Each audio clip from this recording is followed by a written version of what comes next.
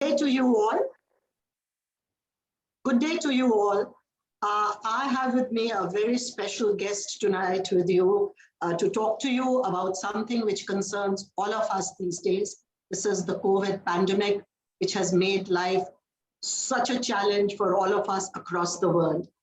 Dr. Ambarish Satwik, young as he looks, is well versed in what he does. He's a vascular and endovascular surgeon and director of the vascular cath lab at Gangaram Hospital in Delhi, which is one of the prestigious hospitals of the city. And they have, of course, been battling with COVID patients and trying to figure out how to actually treat this deadly virus and to save lives.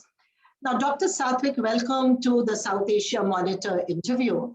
And the reason we have you with us today is, besides, of course, you being one of the angels in white, you have been advocating the use of rapid antigen tests at home. Now, can you tell me how this actually works and why do you feel that you really need it at this juncture? Thank you. Delighted to be here. I've been speaking about rapid antigen tests for a while now. In fact, I first raised the issue towards the end of last year. And now that the second wave is receding and we're all opening up, we need to have a strategy in place that is concurrent and synchronous with our vaccination strategy, which will allow us to open up safely. Now, what that means is that you need a strategy which will identify cases in seemingly healthy individuals who are now moving around, mingling and going out to work as the economy opens up. And these individuals have the potential of spreading infection. So you need a test that can be deployed very quickly, is a self-administered test. It doesn't take more than 15 to 30 seconds to perform the test, and it doesn't take more than 15 to 30 minutes to get the result. This is a home-based self-administered test, as easy to perform as a pregnancy test. The important point here is that this test should be repeated frequently so that in the course of a week, seemingly healthy, asymptomatic individuals can find out if they're carrying the virus and have a potential to infect others. Tell me, Dr. Satwik, we already have these tests in place. They are being conducted in labs. So why do you think we need it at home? I mean, and do you really think it can work at home? Right. So that's a good question. The tests that are currently being used to diagnose COVID-19 infection are called the RT-PCR, the real-time reverse transcriptase PCR tests. These are exceedingly sensitive tests, but the problem is that these tests require a certain kind of a laboratory which is accredited. It needs a fair bit of expertise, and these are expensive tests, and also they're not scalable. And every laboratory has a finite capacity to carry out a certain number of tests. Now, these are tests that should be deployed for symptomatic individuals. All that means is that someone has a symptom suggestive of COVID-19, so you get these individuals tested by the RT-PCR test. What I'm talking about is something completely different. Now, when someone gets hold of the virus grows exponentially in this individual. And after the incubation period, the patient will remain asymptomatic for about roughly a day and a half or a day, after which he or she will start manifesting symptoms. This is post the incubation period. Now, when somebody is symptomatic, they will obviously stay at home. They won't head out. They'll wear a mask. They will sequester themselves or isolate themselves. And society is not at risk from these individuals. But a day or a day and a half before they manifest symptoms, they're shedding the virus. And they have the potential to infect many, many people. And these individuals have no clue that they're infected and that they're a threat to others. How do you identify these individuals and stop them from mingling with others? If these individuals are to be subjected to RT-PCR tests, that would mean an indiscriminately high number of RT-PCR tests, which are expensive to perform, which require specialized laboratories. And it's not practical to perform RT-PCRs randomly on everyone. But a self-administered test that can be done at home and can give you the result in 15 to 30 minutes and is consistently effective in identifying infectious individuals. It has an upwards of 80% sensitivity for identifying individuals who are shedding the virus, where the virus is, the load of the virus in the nose and the throat is high, would be a very effective test from a public health perspective in isolating seemingly healthy individuals who will go out in society and infect others. That's why we need a test to be deployed differently.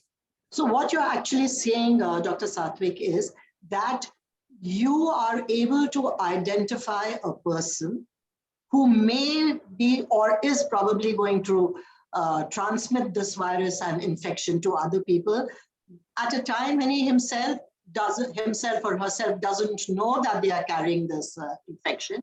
And the people he's mingling with also do not know that they are at risk. Precisely. So basically, it is people who have not shown symptoms yet, but are in that dangerous phase when they are transmit this to other people.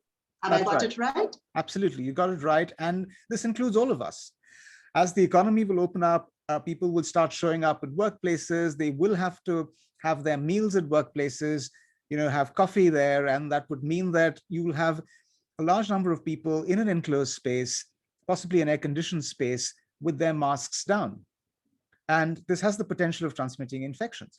So you need a test that, the important thing here is that the test is only valid for a day or a day and a half or 2 days. What that means is that this individual might be negative on a test today, all right? But there's nothing stopping this individual from getting hold of the virus 2 days later or 3 days later. So this test will only work if it is repeated with a certain kind of frequency, which is why you need a cheap, inexpensive test that can be repeated frequently through the week. So tell me, Dr. Satwik, how accurate are these tests? Can you really say that if it shows that you're negative, then you're fine for the next day or 2 days, as you said? Yes. So they might not be very accurate for the entire duration of the COVID-19 infection or the COVID-19 illness, but they are pretty accurate, upwards of 80%, 70 to 80% accurate in picking up cases that are shedding the virus. So when the viral load is at its peak, which means a CT count, if you were to correlate with an RT-PCR, a CT count lower than 30, they'll be very efficient in picking these up. That's exactly the window we want to the government has, or the task force, COVID task force, hasn't really come out to propagate this or, popularize it. And we don't have a policy decision on it yet, as far as I know. Is it because of you feel that they're looking at the pros and cons of the accuracy of this test, or there are other factors? Well, for a country as large as ours, a self-administered test to be deployed everywhere is going to be difficult. And the ICMR, which is guiding, policy as regards testing, has approved, as of now, 3 kits. Yeah, 3 kits. The first kit that was approved was a few weeks back, I think, but I think yesterday they've approved 2 more kits, rapid antigen kits. So I think they are in a process of allowing this test for everyone. Currently, the guidelines state that they should be only used for symptomatic cases and for asymptomatic contacts of lab-confirmed cases. The guidelines state that they shouldn't be used indiscriminately, but I think my sense is that possibly over the next few weeks, the government will start allowing this for everyone.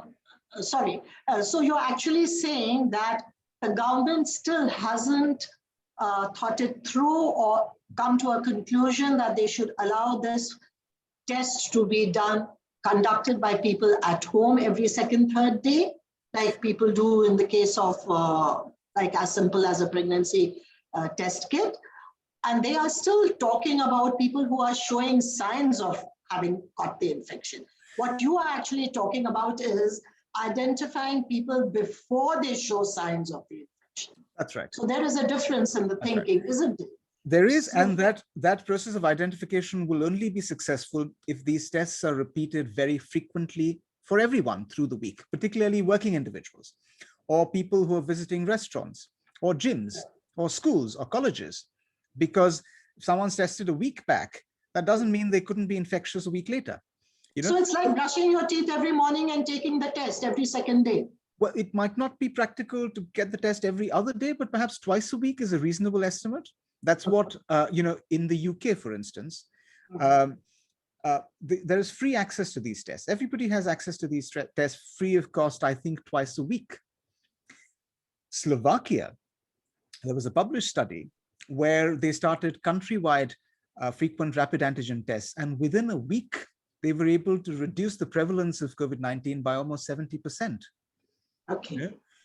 So We're there are talking examples. other countries. I believe they've been using it in Vietnam and other countries like Ghana, etc. So Germany, for instance, Germany has made it mandatory to get a rapid antigen test if you want to enter a restaurant or a gym. There are, if someone doesn't have a valid rapid antigen test, they're willing to do the test right outside the gym. Okay. And it's a safe way of opening up. And you can see that the prevalence of infection and the infection rates are falling, plummeting quite successfully in all these countries which have deployed the rapid antigen test. When you compare them with other countries which have a similar vaccination rate, well, that means that this has to be concurrently and synchronously and coterminously used with the vaccination strategy. So do you think in a country like ours or other Asian countries where you have massive population, where the spending power is not as good as it is in the Western world, can this really work? I mean, can you imagine this working in B-grade cities or even in our rural areas, etc.? I think so. The burden of spending on the tests can be distributed. Employers can start buying these tests and getting their employees tested twice a week. This test should be mandatory, in my view, where individuals will partake of high-risk behavior, such as restaurants, where their masks will be down, or perhaps when you're going to the cinema hall or a theatrical performance or a concert, where there's a large number of people in an enclosed space. But or in schools, as you said. Or schools, but the government could step in and for individuals who cannot afford the test, but are working, could provide every household with a bunch of tests that can be used every month. So let's say about enough for the household to carry out a test a week, or perhaps 2 tests a week, at least for individuals that are stepping out and working. There could be rapid antigen test booths that could be installed in rural areas or tier B cities, when anybody who wants a test can go there, pick up a test. This individual has free access to a test and can get the test done himself or herself. So there are innovative ways. How expensive or inexpensive is this kit going to be? I mean, how many people do you think will be really able to afford it? So I have it on good authority that this test can be manufactured at a price that's perhaps as low as 20 to 30 rupees. 20 to 30 rupees? Rupees, a kit. And that's, so what that could mean is that if you were to sell this on a retail basis, you could bring the cost of this test down to as little as about 50 rupees or 60 rupees. It's entirely possible. So that is somewhere still below $1, American dollar. Absolutely. And in the US, the NIH is pursuing a program where this test could be made available at roughly $1.50 or $2. So with our scales of economizing, I think we can easily bring down the cost to about 50 to 60 rupees, which is a workable cost, for individuals working. Getting a test done twice a week is not such a bad proposition. But how many, what about the production for this sort of thing, I mean, look at the numbers you would need. Will companies in India be able to provide that many kits? At the moment, is there only one? I believe there's only one company in India which has the authority or the permission to manufacture these. So 2 more kits have been approved, so that brings it to 3 companies now. But let me tell you what this test is fundamentally. Yes. It's a piece of paper which has been coated with antibodies. All right. Okay.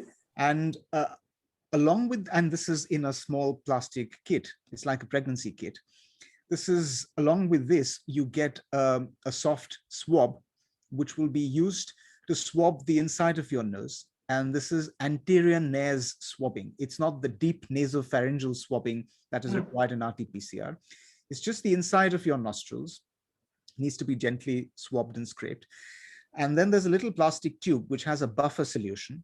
So you take the swab, which is scraped the inside of your nostrils, and you shake it in the little buffer solution. And subsequently, you drop the solution onto this strip. And like a pregnancy test, if you get 1 band, it means you're negative. If you get 2 bands, it means you're positive. It's a very simple test. And you can print millions of these strips of paper and coat them with antibodies. It costs virtually nothing. All the cost of production, in my view, is the little plasticky bits which contain the strip and the buffer solution and the swab and all of that. But as I said, mass production will, and an assured supply and an assured set of buyers will ensure that the costs will make sure that the costs will come down. So are you saying that these can be mass produced in a very short time? Absolutely. So, you know, my labs, one of the companies that is making these kits available. And as we speak, these kits are available on Flipkart right now for purchase. My labs is on record saying that their production capacity is roughly 7 million a week, which is 70 lakh such kits a week. They're saying they're in a position to ramp up their capacity to roughly 1 crore tests a week. If you have 2 more companies that are in the fray, we can easily produce about roughly 1.5 crore or 2 crore tests a week. That's sufficient for our cities and for our opening up process. So we do have the production. So basically, you're looking at urban India, right? Well, not just urban India, but the hotspots. You know, look, wherever there's going to be mingling, there's going to be mass economic activity, those will be the hotspots. So you need to start out with them and then move on centrifugally into rural area and the hinterland. But, you know, but any area of economic activity would be an area where these tests should be used.